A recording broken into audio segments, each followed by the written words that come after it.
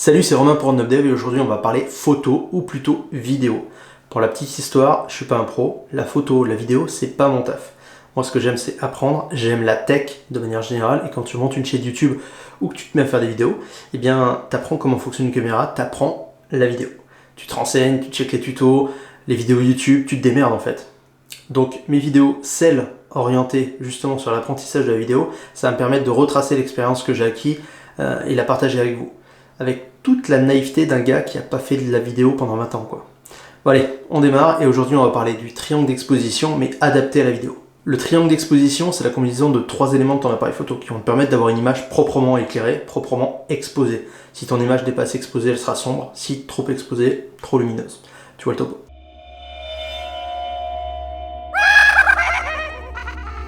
Pour gérer l'exposition, il y a 3 composantes sur l'appareil photo dont on va parler.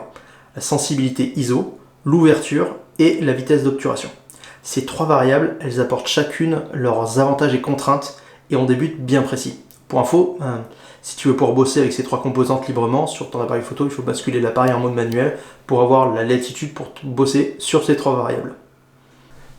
On va parler de la bête noire, l'intrus, la hantise, la sensibilité ISO. Alors pourquoi c'est joli petit nom? Parce que globalement c'est la seule valeur que tu vas voir le moins monter vers le haut. La sensibilité ISO, c'est la sensibilité du capteur à la lumière, et plus tu augmentes sa valeur, plus il y a de lumière artificielle, plus l'image tend à devenir bruitée et irrécupérable.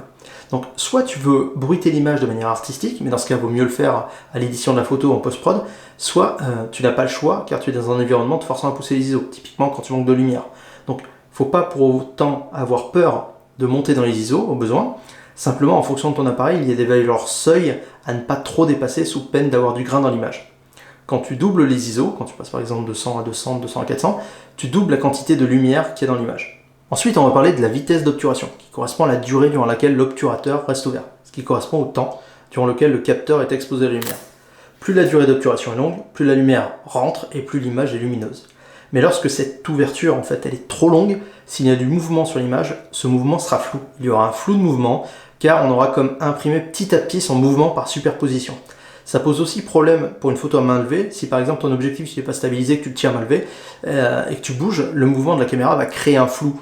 Et sur ce qu'on appelle des poses longues, il vaut mieux utiliser un trépied ou avoir un appareil avec une stabilisation intégrée ainsi qu'un objectif stabilisé. Les poses longues, ça peut aussi être très artistique. Vous avez déjà sûrement vu des photos de cascades avec l'eau qui est comme transformée en effet de brume en fait. Ou des traînées lumineuses à la place des voitures sur les routes. Ou encore du line painting. Tout ça, c'est réalisé grâce à des poses longues en fait, avec des vitesses d'obturation très lentes. Et du coup, si tu veux, à contrario, prendre des mouvements rapides, tels que du sport, de l'action, il va falloir que tu aies une vitesse d'obturation qui soit très rapide, et du coup faire entrer moins de lumière.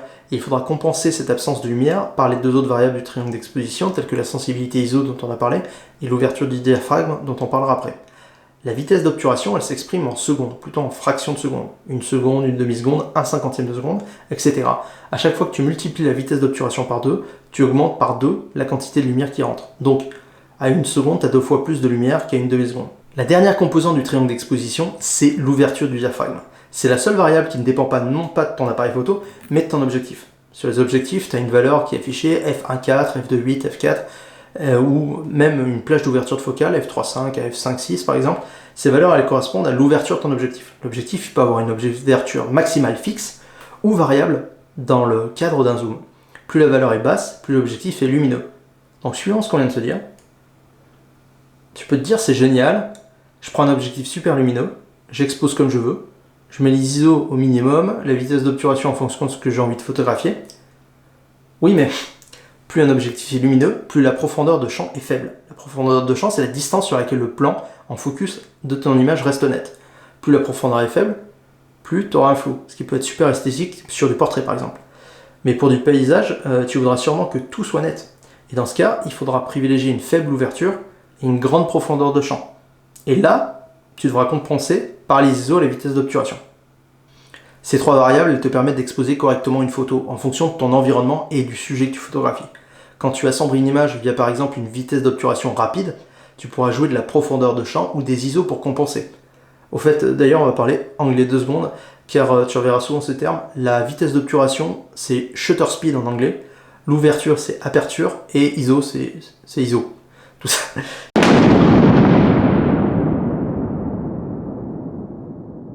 ça c'est bien beau, mais et si je t'avais raconté des conneries? Et si je t'avais complètement menti, foutu la grouille dans le cerveau? En même temps, j'ai peut-être foutu la grouille, mais tout ça c'est bien beau, mais c'est si tu fais de la photo. On parle souvent du triangle d'exposition pour la photo, mais quand tu le fais pour la vidéo, il y a quand même quelques petits autres paramètres qui rentrent en compte.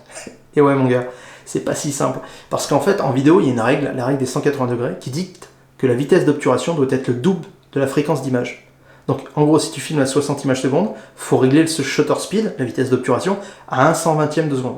Si tu filmes à 24 images secondes, il faut aller la fixer à un 48e, ou plutôt un 50e, qui a peu de chances que ton appareil photo te permette ce niveau de détail au niveau de l'obturateur. Mais voilà. Pourquoi? Parce que ça va te permettre d'avoir un flou de mouvement qui est beaucoup plus cinématique et naturel à l'œil. Donc tu vas essayer de tendre à respecter cette règle qui va justement t'imposer, en fonction de ton nombre d'images par seconde, ta vitesse d'obturation. Donc en vidéo, déjà, on voit bien que cette variable, elle va être dépendante de la fréquence d'image à laquelle tu filmeras. Donc tu ne pourras pas, ou tu ne voudras pas, pour essayer de respecter cette règle-là, la modifier. Ce qui signifie que tu devras uniquement jouer de l'ouverture ou des ISO. On pourrait se dire que c'est simple, mais au final, c'est une contrainte plutôt forte. Parce que là, en fonction de ce que tu vas filmer, ça peut se gâter. Par exemple, tu filmes une scène en extérieur. Et tu voulais par exemple un beau flou d'arrière-plan. Tu vas ouvrir ton objectif. Tu vas créer une faible profondeur de champ justement pour avoir ce flou et laisser entrer beaucoup de lumière. Mais tu ne pourras pas diminuer la lumière qui rentre avec ton shutter speed. Parce que tu seras obligé de la laisser à un 50e. Et ça sera trop lumineux. Puisqu'elle est liée à ta fréquence d'image. Donc la seule option que tu as, c'est le réglage des ISO. Mais les ISO, ça sert qu'à augmenter la quantité de lumière dans le capteur. Ça ne sert pas à la réduire. Donc, si tu as des ISO qui sont déjà au minimum, si tu as un 50e de seconde et que tu ouvres un maximum, tu ne pourras pas baisser la lumière et ton image, elle sera peut-être cramée. Donc, deux solutions. Soit réduire l'ouverture et perdre en flou d'arrière-plan, soit l'achat d'un filtre ND. Donc, un filtre à densité neutre qui se met sur ton objectif et qui te permettra de limiter la quantité de lumière qui va rentrer. Les filtres ND, c'est aussi utile en photo lorsque, justement, on fait des poses longues. On en a parlé plus tôt, mais quand tu fais une pose longue, il vaut mieux avoir un filtre ND au cas où, parce que sinon, quand tu es en extérieur, ça risque de te cramer l'image. Donc à un moment ou à un autre, quand tu fais de la vidéo et que tu la fais à l'extérieur, il te faudra à tout prix un filtre ND.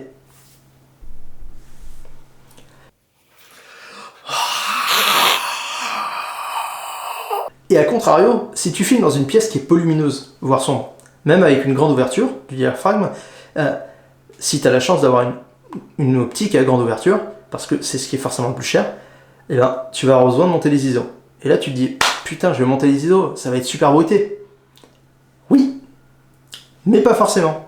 Parce qu'il y a des appareils photo maintenant qui disposent de 2 ISO natifs. Sans rentrer trop dans le détail, certains appareils peuvent avoir 2 seuils d'ISO qui sont non bruités. Typiquement un seuil faible, par exemple à 100 ISO, et un seuil élevé à 2000 ISO.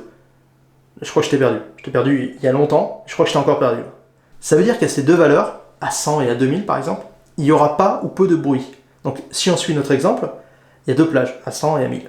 Si tu es obligé de grimper tes ISO à 1600 par exemple, eh ben, il vaudra mieux les pousser à 2000, quitte à surexposer un peu l'image, ce qui peut être corrigé en post-prod, plutôt que risquer d'avoir du grain sur l'image et que là tu puisses pas le rattraper. Donc ça veut dire que en fonction des ISO que tu mets, et en fonction de ton appareil, voire même en fonction du picture profile de ton appareil, mais je ne vais pas rentrer dans le détail, tu vas devoir monter les ISO plus haut que ce que tu as besoin pour éviter d'avoir du bruit.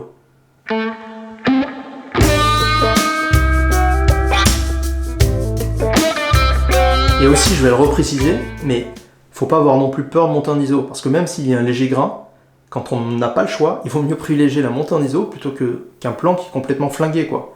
Donc, la tolérance et le bruit provoqué par les ISO dépend vraiment déjà de ton boîtier, de sa capacité à travailler en basse lumière. Certains APN, en fait, ils supportent très bien la montée en ISO, tels que les Sony A7S, par exemple.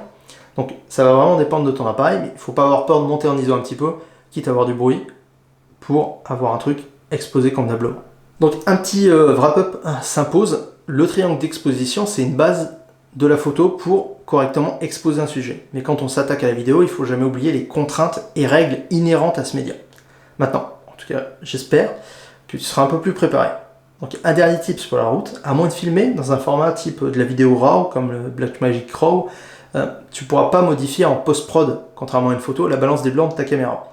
Donc, tu pourras bien sûr augmenter et baisser la température de la vidéo, mais là encore, on n'est pas comme en photo avec une possibilité vraiment de changer la balance des blancs en post-prod.